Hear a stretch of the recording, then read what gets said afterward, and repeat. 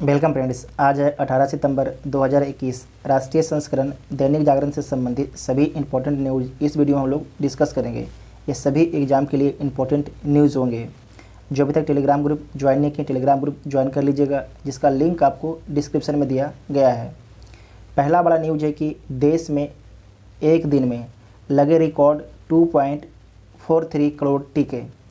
इसमें आपको याद रखना है कि 17 सितंबर को जो है प्रधानमंत्री मोदी जी का जन्मदिन था, तो इसी के शुभ अवसर पर जो है भारत में रिकॉर्ड टीके लगाए गए। 2.43 करोड़ टीके लगाए गए, मतलब भारत जो है एक विश्व कीर्तिमान स्थापित कर दिया। भारत जो है इसका पहले खुद अपना ही रिकॉर्ड तोड़ दिया। भारत इसका पहले जो है 1.3 करोड़ टीका लगाया था, और कब लगाया था तो 31 अगस्त को लगाया था, ठीक है। जबकि भारत जो है 17 सितंबर को 2.3 करोड़ टीके लगा दिया है, ठीक है। इसे आपको याद रखना है। ये नंबर जरूर याद रखिएगा, नंबर आपसे पूछा जा सकता है। इसमें आपको याद रखना है कि प्रधानमंत्री मोदी जी का जन्म कब हुआ था, तो 17 सितंबर 1950 को प्रधानमंत्री मोदी जी का जन्म हुआ था। जो प्रधानमंत्री मोदी जी हैं ये पहले गुजरात के सीएम थे। ये गुजरात के सीएम कब से रहे हैं तो 2001 से 2014 तक जो है गुजरात के सीएम रहे हैं, ठीक है। 2014 में ये भारत के प्रधानमंत्री बन जाते हैं, और 2014 में भारत के प्रधानमंत्री बनते हैं तो 21 सीट से जीत के आते हैं। तो उत्तर प्रदेश के वाराणसी, ठीक है, उत्तर प्रदेश के वाराणसी सीट से ये जीत के आते हैं। उसके बाद आपको याद रखना है कि जो प्रधानमंत्री मोदी हैं ये बीजेपी, ठीक है, बीजेपी और एनडीए प्लस एनडीए के मेंबर हैं। बीजेपी प्लस एनडीए के मेंबर हैं। साथ में राष्ट्रीय स्वयंसेवक संघ उसके भी मेंबर हैं, ठीक है। भारत के पहले प्रधानमंत्री हैं जो भारत के आज़ादी के बाद जन्मे।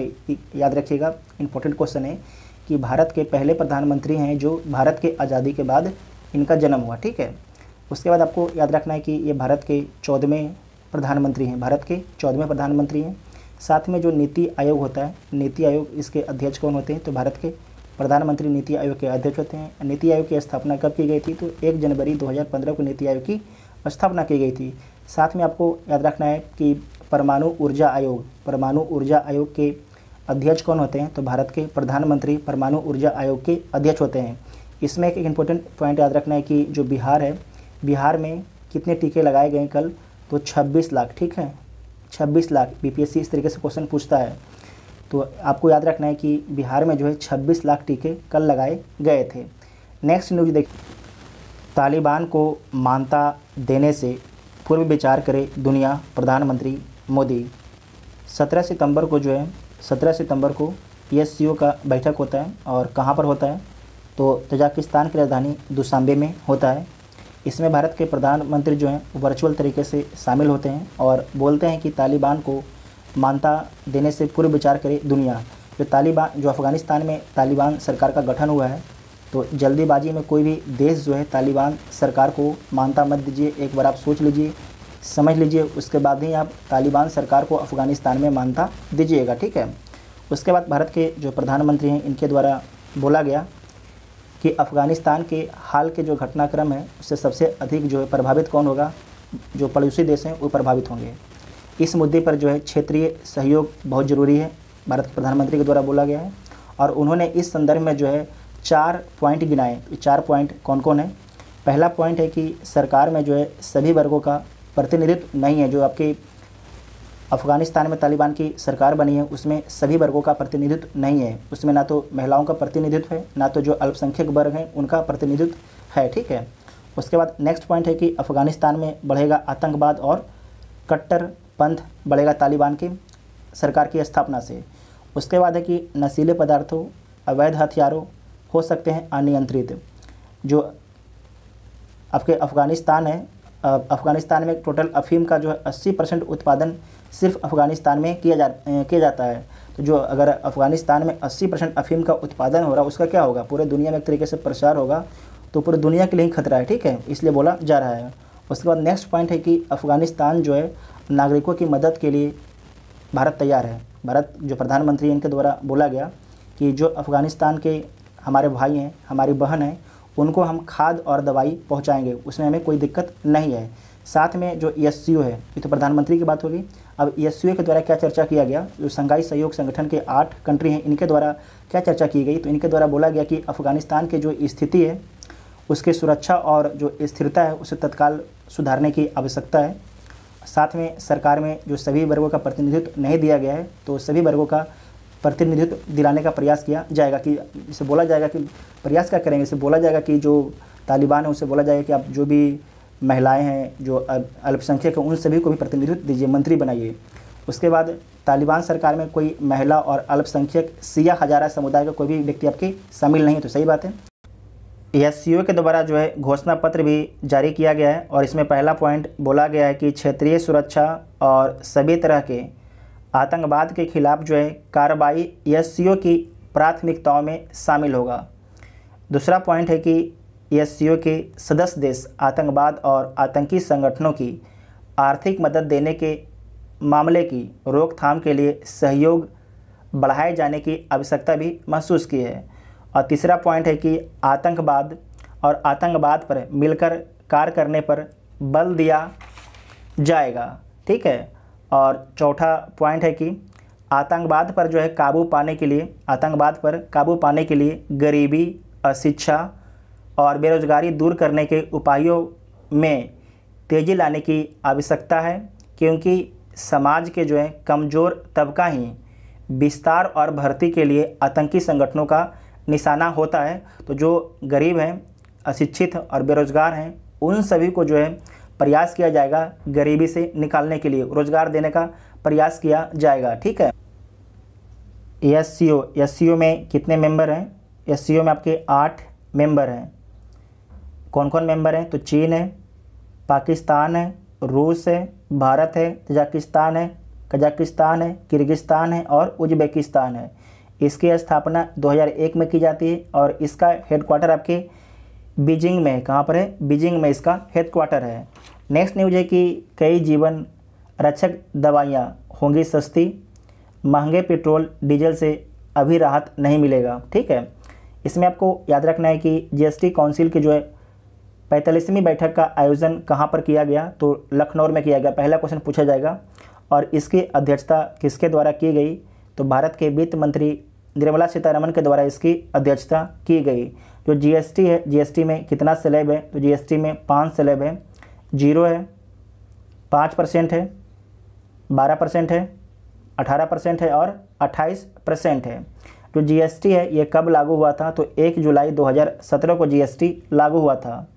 इसमें आप लोग पढ़ना है तो पढ़ लीजिएगा कि इन चीज़ों के दाम पर पड़ेगा असर, किन चीज़ का दाम जो आपके कम हो जाएगा। ठीक है। नेक्स्ट न्यूज है कि न्यूजीलैंड ने सुरक्षा कारण से पाकिस्तान का दौरा रद्द कर दिया है। इसमें आपको हम बार बार बताते हैं कि जो पाकिस्तान है अपना तो खुद का सुरक्षा नहीं कर पा रहा है, ये जहाँ तक आतंकवाद को प्रोत्साहित कर रहा है। जो आपके पाकिस्तान में मेहमान आएंगे उनका ये क्या सुरक्षा करेगा? आपको याद होगा कि श्रीलंका के जो खिलाड़ी हैं उन पर आतंकियों ने हमला कर दिया था, वो अब घटना आप लोग भूले नहीं होंगे। उसके बाद आपको याद रखना है जो न्यूजीलैंड है, न्यूजीलैंड कहाँ पर स्थित है? ये आपके ऑस्ट्रेलिया है और ऑस्ट्रेलिया के पूर्व में आपके न्यूजीलैंड स्थित है। और किस महासागर में स्थित है? तो प्रशांत महासागर में न्यूजीलैंड स्थित है। ठीक है, प्रशांत महासागर में। साथ में न्यूजीलैंड की राजधानी कहाँ है? तो वेलिंगटन न्यूजीलैंड की राजधानी है। आपको बताना है कि जो न्यूजीलैंड है उसके प्रधानमंत्री का नाम क्या है? महिला है, उनके प्रधानमंत्री का नाम क्या है? आपको कमेंट बॉक्स में बताना है। उसके बाद नेक्स्ट न्यूज है कि एटीएम से निकलेगी दवाइयाँ, हर ब्लॉक में लगेगी मशीन। आईटी मंत्रालय के जो है सीएससी कॉमन सर्विस सेंटर ने आंध्र प्रदेश के एक कंपनी के साथ समझौता किया है। उस कंपनी का नाम क्या है? AMTZ Andhra Pradesh medtech zone इस कंपनी का नाम है। इससे समझौता किया है CSC कॉमन सर्विस सेंटर ने। और किस लिए किया है? ताकि ब्लॉक लेवल पर दवाइयों की एटीएम लगाए जा सके। और एटीएम कहाँ पर लगेगा? तो आपको याद रखना है कि ब्लॉक लेवल पर जो है आयुर संजीवनी केंद्र है, आयुर यहाँ पर लिख देते हैं, आयुर संजीवनी केंद्र है, वहीं पर एटीएम लगाए जाएंगे। और इससे क्या होगा कि जो आपके ब्लॉक लेवल पर जो दवाई अगर डॉक्टर लिखता है तो वहाँ पर आप जाइएगा और सिर्फ आपको जो पुर्जा है वहाँ पर मशीन को दिखाना है, चाहे जो भी होगा, वहाँ से दवाई आपको मिल जाएगा एटीएम से। जिस तरीके से पैसे निकालते हैं उस प्रकार से आपको वहाँ पर दवाई भी मिल जाएगा। और सरकार इसमें लक्ष्य रखी है कि 2021 और 22 तक 2021-22 के जो आपके वित्त वर्ष है उसमें जितने भी ब्लॉक हैं सारे ब्लॉक में आपके एटीएम लगा दिए जाएँ। जितने भी ब्लॉक हैं सारे ब्लॉक में जो है दवाई वाला एटीएम लगा दिया जाए। साथ में आपको याद रखना है जो एटीएम होंगे उससे कौन सी दवाई निकलेगी, तो जेनरिक दवाइयाँ होगी, ठीक है। जेनरिक दवाइयाँ होगी जो बहुत सस्ती दवाइयाँ होती है, जो हमारे लिए बहुत काम के लिए होती है, क्योंकि हम महंगी दवाई खरीद नहीं सकते हैं, क्योंकि हमारा जो कंट्री है अभी विकासशील है। हमारे जो खासकर जो गांव है, अगर गांव से आप लोग होंगे तो पता होगा कि जो गांव के लोग हैं उनका इनकम कितना होता है, तो महंगे दवाई नहीं खरीद सकते हैं, तो जेनरिक दवाई आराम से खरीद सकते हैं, इसीलिए सरकार ने ये कदम उठाया है, ठीक है। तो नेक्स्ट न्यूज़ देखिए, चीन से संबंधों के विकास के लिए सीमा विवाद का शीघ्र समाधान जरूरी। एस जयशंकर भारत के विदेश मंत्री हैं। इनके द्वारा बोला गया है कि जब तक चीन के द्वारा जो सीमा पर विवाद खड़ा किया गया है उसे सोल्व नहीं किया जाएगा, जब तक भारत और चाइना के बीच में रिश्ते बढ़िया अच्छा नहीं होंगे, ठीक है। इसमें आपको याद रखना कि LAC line of actual control जो है भारत और चाइना के बीच में है, जबकि LOC लाइन ऑफ कंट्रोल जो है भारत और पाकिस्तान के बीच में, लाइन ऑफ कंट्रोल भारत और पाकिस्तान के बीच में, और लाइन ऑफ एक्चुअल कंट्रोल जो है भारत और चाइना के बीच में। इतना आप सभी को ध्यान रखना है। नेक्स्ट न्यूज है कि आतंकवाद का डर दिखाया इमरान ने, तालिबान के लिए मांगा समर्थन। जो पाकिस्तान के प्रधानमंत्री इमरान खान, इनके द्वारा बार बार दुनिया को बोला गया कि आप लोग जो हैं तालिबान को मानता दे दीजिए, नहीं तो अच्छा नहीं होगा। इस तरीके का शब्द प्रयोग किया गया जो पाकिस्तान के प्रधानमंत्री इमरान खान के द्वारा। उसके बाद नेक्स्ट न्यूज है कि साइबर सुरक्षा के लिए अपडेट रहें स्टेशन कमांडर भदौरिया। ये भदौरिया कौन है, तो वायुसेना के प्रमुख हैं भदौरिया, ठीक है, इसे नोट कर लीजिएगा। नेक्स्ट है कि मिड डे मील में शामिल करना होगा फोर्टिफाइड राइस, पौष्टिक से भरपूर। इसमें आपको याद रखना है कि भारत के प्रधानमंत्री मोदी जी के द्वारा जो है 15 अगस्त को लाल किले से कुपोषण से निपटने के लिए ऐलान किया गया और बोला गया कि 2024 तक सभी सरकारी योजनाओं के तहत जो है मिलने वाले चावल को जो है फोर्टिफाइड किया जाए, ठीक है। प्रधानमंत्री मोदी जी का लक्ष्य है 2024 तक जो है सभी सरकारी योजनाओं के तहत मिलने वाले चावल को जो है फोर्टिफाइड कर दिया जाएगा। इतना आप सभी को याद रखें।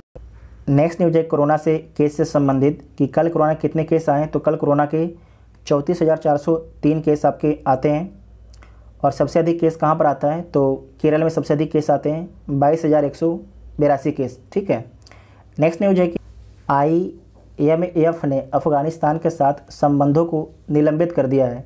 तालिबान सरकार की मान्यता पर अस्पष्टता आने तक के लिए जो है ये कदम उठाया गया है, ठीक है, IMF अंतर्राष्ट्रीय मुद्रा कोष के द्वारा। नेक्स्ट न्यूज है कि तालिबान सरकार को मान्यता देने की जल्दीबाजी में पाकिस्तान, जबकि भारत के प्रधानमंत्री मोदी जी के द्वारा बोला जा रहा है कि जो भी देश तालिबान को मान्यता दीजिए, सोच लीजिए, समझ लीजिए, तभी तालिबान को मान्यता दीजिए, ठीक है। लेकिन जो 3 देश हैं रसिया, चाइना और पाकिस्तान, जल्द ही हो सकता है मान्यता दे दे तालिबान सरकार को। ऑस्ट्रेलिया व ब्रिटेन के साथ गठबंधन, किसी देश के खिलाफ नहीं अमेरिका। आपको कल के न्यूज़ में बताया था कि त्रिपक्षीय गठबंधन हुआ है ऑस्ट्रेलिया, ब्रिटेन और अमेरिका के बीच में, और इसका उद्देश्य क्या है, तो हिंद प्रशांत क्षेत्र में जो है शांति और सुरक्षा को बढ़ावा देना इसका उद्देश्य है। इसका नाम क्या रखा गया है, तो आकस इसका नाम रखा गया है। ऐसे ऑस्ट्रेलिया, यू से UK और USA। इसे लिख लीजिएगा। आकस में कितने कंट्री हैं, तो 3 कंट्री हैं। इसमें है कि जो आपके UK और USA हैं ऑस्ट्रेलिया को न्यूक्लियर टेक्नोलॉजी देंगे, जिसका इस्तेमाल पनडुब्बी में किया जाएगा, ठीक है। इतना आप सभी को याद रखना है। उसके बाद नेक्स्ट है कि तालिबान को आतंकी संगठन घोषित करने को अमेरिकी संसद में एक बिल पेश किया गया है। तालिबान के संभावित खतरे से सतर्क हैं सुरक्षा एजेंसियां। उसके बाद नेक्स्ट है कि काबुल में भारतीय के अपहरण मामले में सरकार संबंधित लोगों के संपर्क में। आपके जो काबुल में है एक भारतीय का अपहरण कर लिया गया है, उसी के संबंध में ये न्यूज़ था।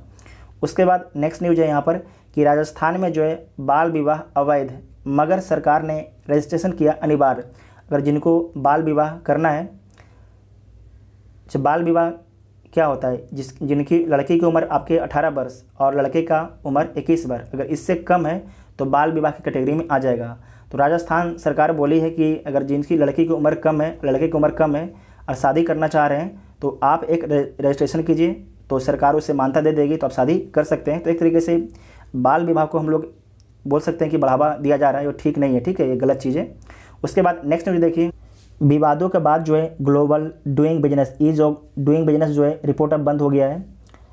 वर्ष 2017 में चीन के वरीयता क्रम को बढ़ाने के लिए जो है अनियमितता के आरोप लगे थे, इसीलिए वर्ल्ड बैंक ने इसे बंद कर दिया है। आपको बता, चीन जो है सारा जो होता है रणनीति अपनाता है, साम डांड दंड भेड़ बोलते हैं ना, उसी सारा रणनीति को अपनाता है चाइना। एक तरीके से बेईमानी के तरीके से अपना जो रैंक है वो ऊपर करवाना चाहता था, तो वर्ल्ड बैंक ने इसे अब बंद कर दिया है। उसके बाद इसमें याद रखना कि भारत को कौन सा स्थान मिला था, तो वर्ष 2020 की कारोबारी सुगमता रिपोर्ट में जो है भारत को 14 स्थानों की छलांग के साथ 63वां स्थान मिला था। भारत को जो है 5 वर्ष में 79 स्थानों का सुधार हुआ था भारत को, इसलिए फ़ायदे थी ये रिपोर्ट, इसे पढ़ लीजिएगा।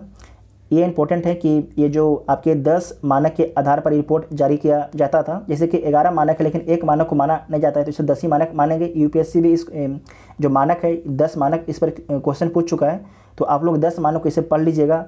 क्वेश्चन पूछा अभी जा सकता है क्योंकि ये बंद हो गया, तो कोई ठीक नहीं है इस पर क्वेश्चन दोबारा आ जाए, तो हम एक बार बता देते हैं। पहला आपका है व्यवसाय शुरू करना है, पहला पॉइंट है। दूसरा है कि निर्माण परमिट, तीसरा है कि विद्युत, चौथा संपत्ति का पंजीकरण, ऋण उपलब्धता, अल्पसंख्यक निवेशकों की सुरक्षा, करों का भुगतान करना, सीमाओं के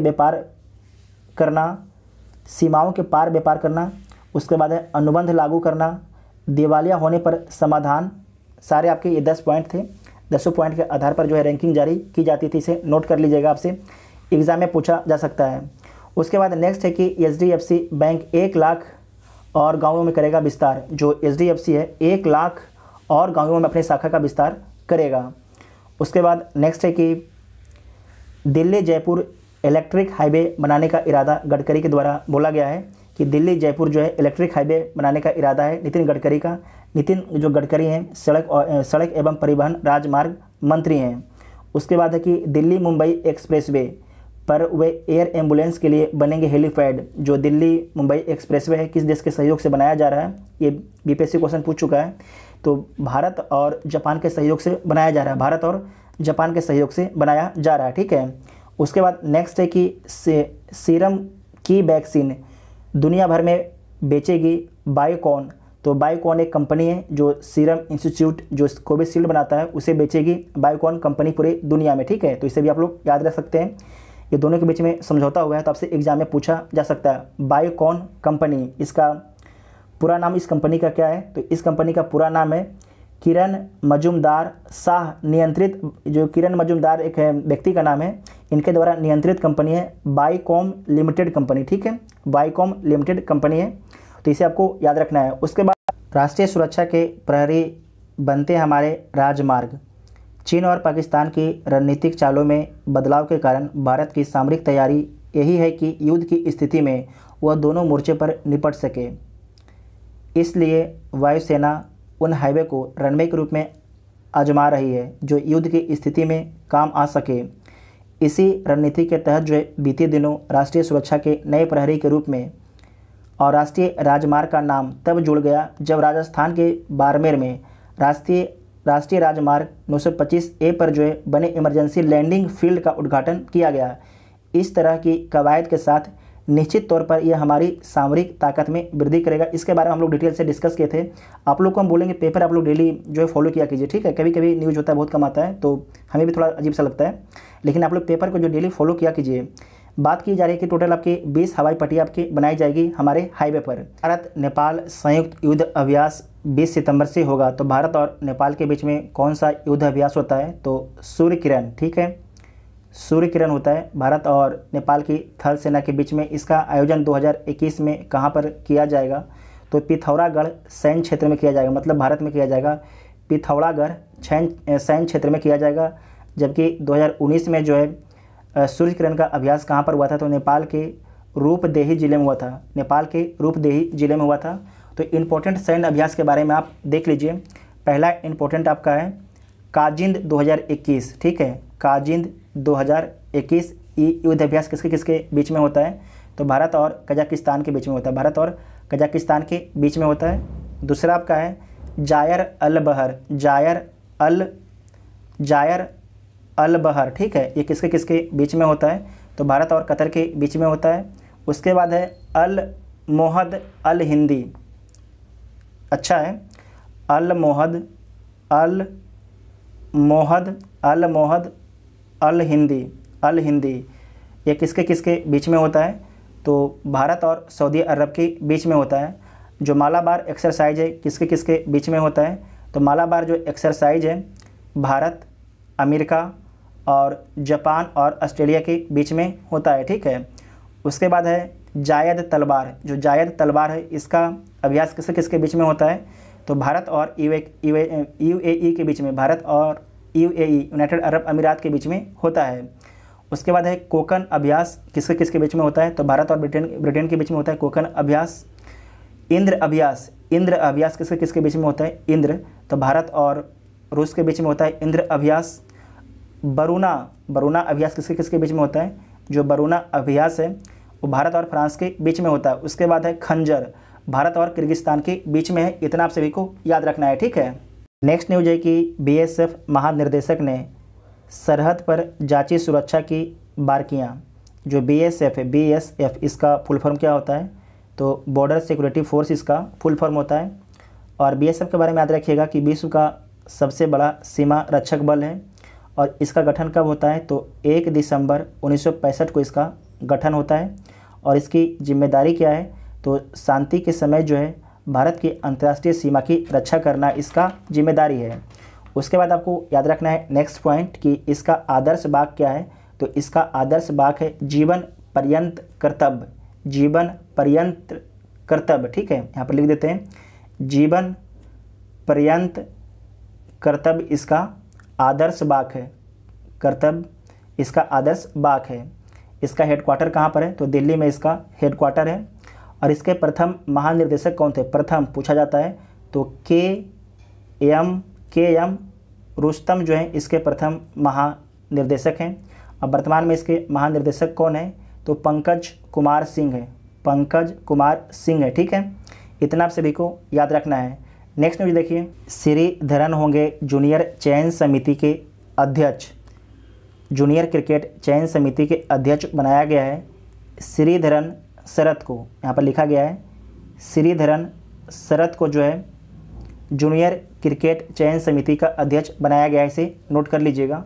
उसके बाद नेक्स्ट है कि लीजेंड्स लीग क्रिकेट में खेलेंगे पूर्व अंतर्राष्ट्रीय क्रिकेट सितारे, तो जो आपके लीजेंड्स लीग है 2022 में इसका आयोजन कहाँ पर होगा, तो यूएई में इसका आयोजन होगा। इसमें कौन खिलाड़ी खेलते हैं, तो जो संन्यास खिलाड़ी ले लेते हैं वो खिलाड़ी इसमें खेलते हैं, ठीक है। इसमें आपको याद रखना है कि ये T20 फॉर्मेट होता है, T20 फॉर्मेट होता है। और इस लीग के सह-संस्थापक और प्रमोटर कौन है, तो विवेक खुसलानी, लिख लीजिएगा, विवेक खुसलानी जो हैं लीजेंड्स लीग के सह संस्थापक और प्रमोटर हैं, विवेक खुसलानी, वेरी इंपॉर्टेंट है, ठीक है। उसके बाद नेक्स्ट न्यूज है, भारत में सभी तरह की ई सिगरेट की बिक्री पर प्रतिबंध, भारत में जो ई सिगरेट, ठीक है, पर जो बिक्री है उस पर भारत में प्रतिबंध लगा दिया गया है। 2019 में आज ही भारत सरकार ने ई सिगरेट से स्वास्थ्य पर पड़ने वाले सभी गंभीर दुष्प्रभावों को देखते हुए सभी तरह की ई सिगरेट की बिक्री पर जो है पूरी तरीके से प्रतिबंध लगा दिया है। ICMR की रिपोर्ट में ई सिगरेट के कई तरह के खतरे की बात सामने आई थी, इसीलिए। उसके बाद नेक्स्ट न्यूज है कि सेनाओं के पुनर्गठन के लिए अमेरिका में नेशनल सिक्योरिटी एक्ट, द्वितीय विश्व युद्ध के बाद जो है 1947 में आज ही अमेरिका में नेशनल सिक्योरिटी एक्ट पास किया गया। यह सेनाओं के पुनर्गठन के लिए लाया गया था।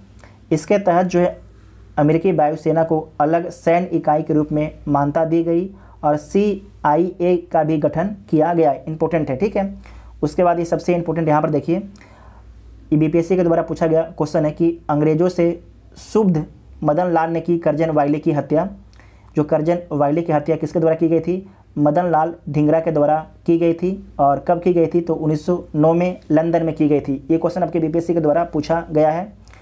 उसके बाद नेक्स्ट है कि 90 दिन अंतरिक्ष स्टेशन में रहने के बाद लौटे चीनी अंतरिक्ष यात्री, ठीक है। उसके बाद आपको याद रखना है कि जो अंतर्राष्ट्रीय अंतरिक्ष स्टेशन है, इंटरनेशनल स्पेस स्टेशन, इसकी स्थापना कब की गई थी? तो 1998 में इसकी स्थापना की गई थी। और किन देशों के सहयोग से की गई थी? तो यूएसए, रूस, जापान, कनाडा के सहयोग से की गई थी, ठीक है। और साथ में यूरोपियन यूनियन भी इसमें शामिल था। इसका उद्देश्य क्या था कि बाहरी अंतरिक्ष में जो है अनुसंधान करना, जो आपके भारत जो पृथ्वी की कक्षा है उससे बाहर जाके जो है अनुसंधान करना, जो अंतरिक्ष में जाके अनुसंधान करना इसका उद्देश्य था। और मानव द्वारा निर्मित जो सबसे बड़ा उपग्रह है इंटरनेशनल स्पेस स्टेशन, सबसे बड़ा भी है और सबसे महंगा भी है, इतना आप सभी को याद रखना है। उसके बाद ऊपर में था कि शारीरिक श्रम की कमी से बढ़ता है स्ट्रोक का खतरा, अमेरिकी शोधकर्ताओं के अध्ययन में आया सामने, शारीरिक गतिविधियों में आ रही है कमी। उसके बाद नीचे आपकी खट्टी मीठी खबर, इसे आप लोग पढ़ लीजिएगा। आज देखिए मेरा तबीयत उतना ठीक नहीं है, उसके कारण थोड़ा बोलने में दिक्कत हो रहा है, ठीक है। इसे आप लोग ढंग से पढ़ लीजिएगा। अगर वीडियो आपको अच्छा लगता है तो वीडियो अपने दोस्तों में शेयर जरूर कीजिएगा, ठीक है। Thank you.